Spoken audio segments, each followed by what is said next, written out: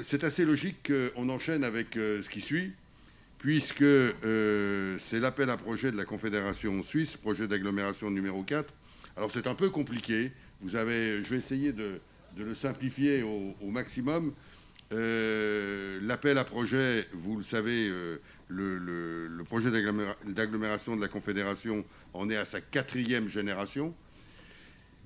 On a commencé à travailler dessus en 2007. Le premier projet a démarré les premiers projets du projet, c'est-à-dire ce qui était la réalisation, a démarré en 2011. Et dès cette époque-là, on avait mis le tram d'Annemasse, on l'appelle comme ça, hein, on avait mis le tram d'Annemasse dans le projet. Il était alors en B quelque chose. Le B, c'est la qualification de la Confédération pour les projets qui sont à faire dans la suite, dans le projet d'agglo suivant. Donc, au projet d'agglo 2, on a mis le projet dans la demande qui a été validée par la Confédération. Et donc, c'est ainsi que nous avons pu construire la première tranche du tram. Mais on a déjà mis en place l'élément pour le projet d'agglo qui suit, la deuxième tranche. Donc tout ça pour dire qu'un projet, c'est long. C'est long à mettre en place, c'est long, d'autant plus quand on travaille avec un pays qui est un pays étranger, qui investit sur le territoire français. C'est quand même à noter, il n'y en a pas beaucoup. Hein. Il n'y en a pas beaucoup.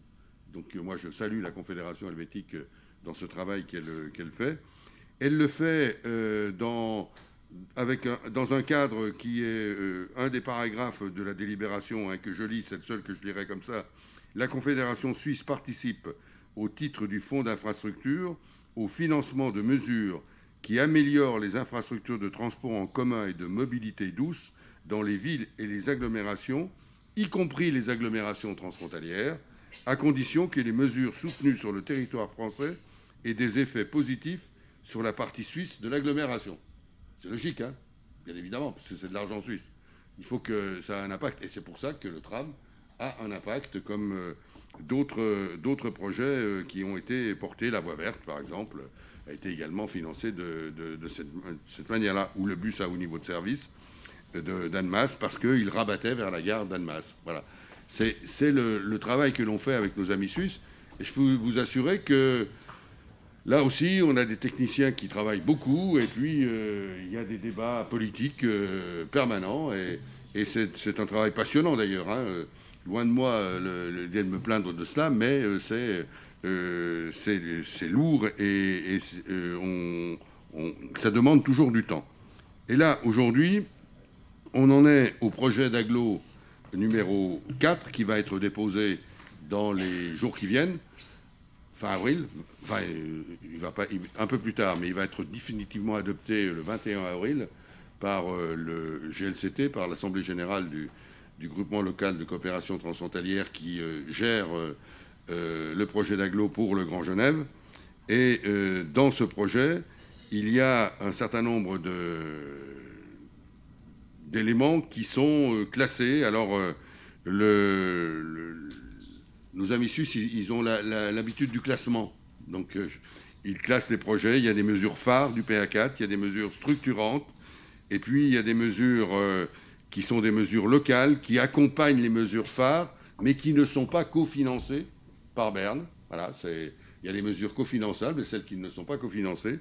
Et puis, il y a des paquets de mesures dans lesquels on peut retrouver des petites mesures, notamment pour la mobilité douce, qui, elles, doivent avoir une cohérence globale pour être cofinancées. Voilà, c'est un peu ça, c'est compliqué. Alors, pour vous résumer, aujourd'hui, dans l'état où on en est, on a, côté français, hein, évidemment, je vous donne des indications côté française, on a 5 mesures qui sont considérées comme éligibles au cofinancement pour la période 2024-2027 pour un montant total de plus de 113 millions de francs suisses.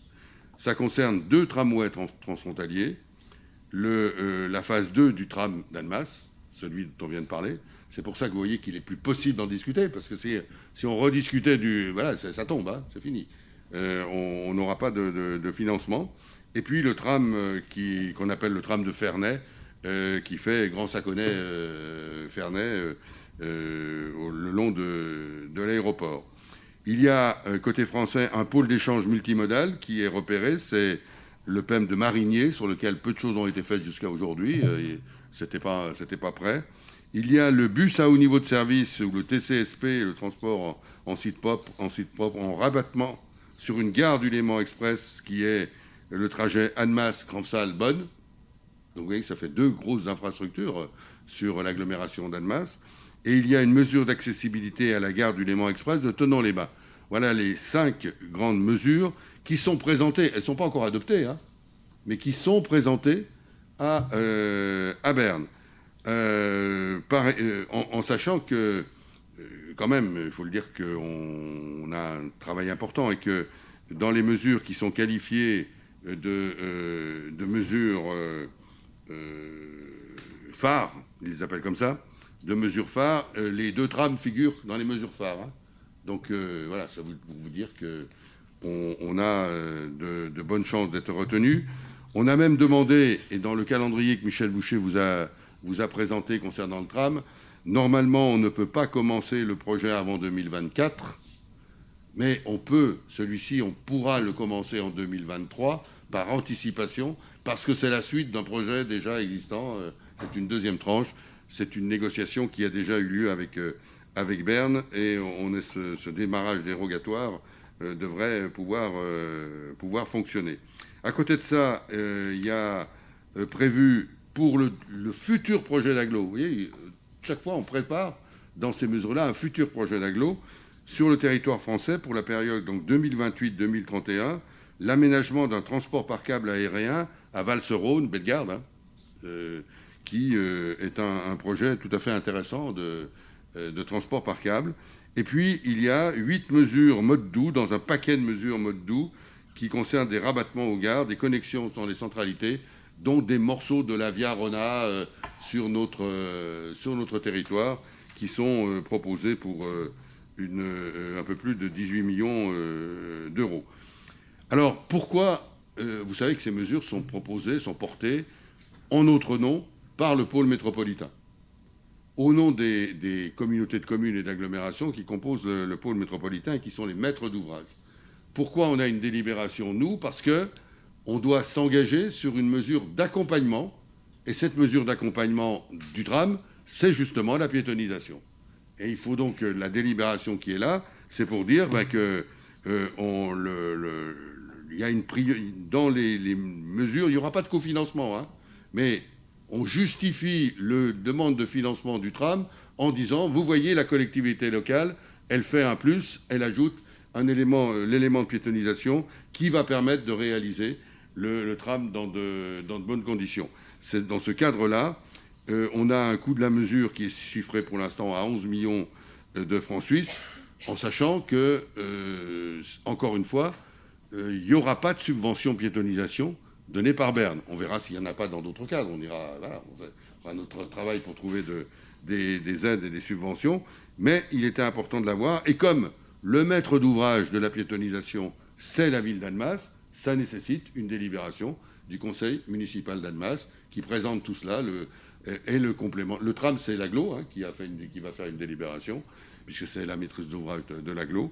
Mais tout ça forme un tout, et c'est ce tout qui sera proposé dans le cadre du projet d'agglo numéro 4, qui, lui, alors le dépôt officiel devrait être dans le courant du mois de juin, un moment important de dépôt. On aura les réponses courant 2022, et voilà, on attaquera avec les réponses qui auront été faites. Voilà le sens de cette délibération. J'ai essayé d'être clair, parce que la complexité du dossier est tout à fait, du dossier administratif, hein, est tout à fait réelle. Monsieur Gaconnet. Vous avez presque failli réussir à me perdre à un moment donné. C'est vrai que c'est pas évident et je veux bien le concevoir. Donc si je comprends bien, ce document-là, cette ligne-là à 11 millions, c'est juste pour embellir le paquet cadeau, enfin le projet global, pour être sûr. Ça s'appelle, le terme est exact, là, ça s'appelle une mesure d'infrastructure de priorité AE, c'est comme ça, c'est classé AE, ne sollicitant pas de cofinancement au titre du PA4, mais étant complémentaire à une mesure financée par le PA4. Voilà. D'accord. Voilà ce que ça veut dire. Donc on n'attend rien de Berne sur ce point-là.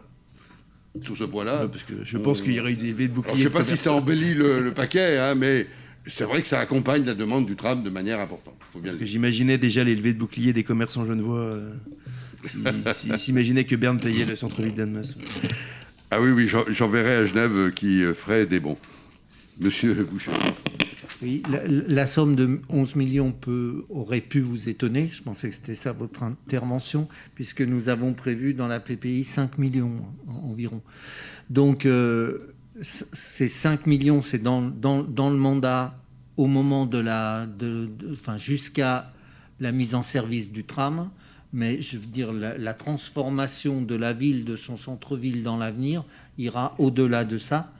Donc pour l'instant, encore une fois, ce n'est pas 11 millions que l'on a à dépenser pendant ce mandat sur la piétonisation, c'est 5 millions. Merci de cette précision. Comme quoi, il faut aussi des petites sommes pour en faire des grosses. Est-ce qu'il y a d'autres demandes d'intervention ? Est-ce qu'il y a des votes contre ? Des abstentions ? Eh bien, merci.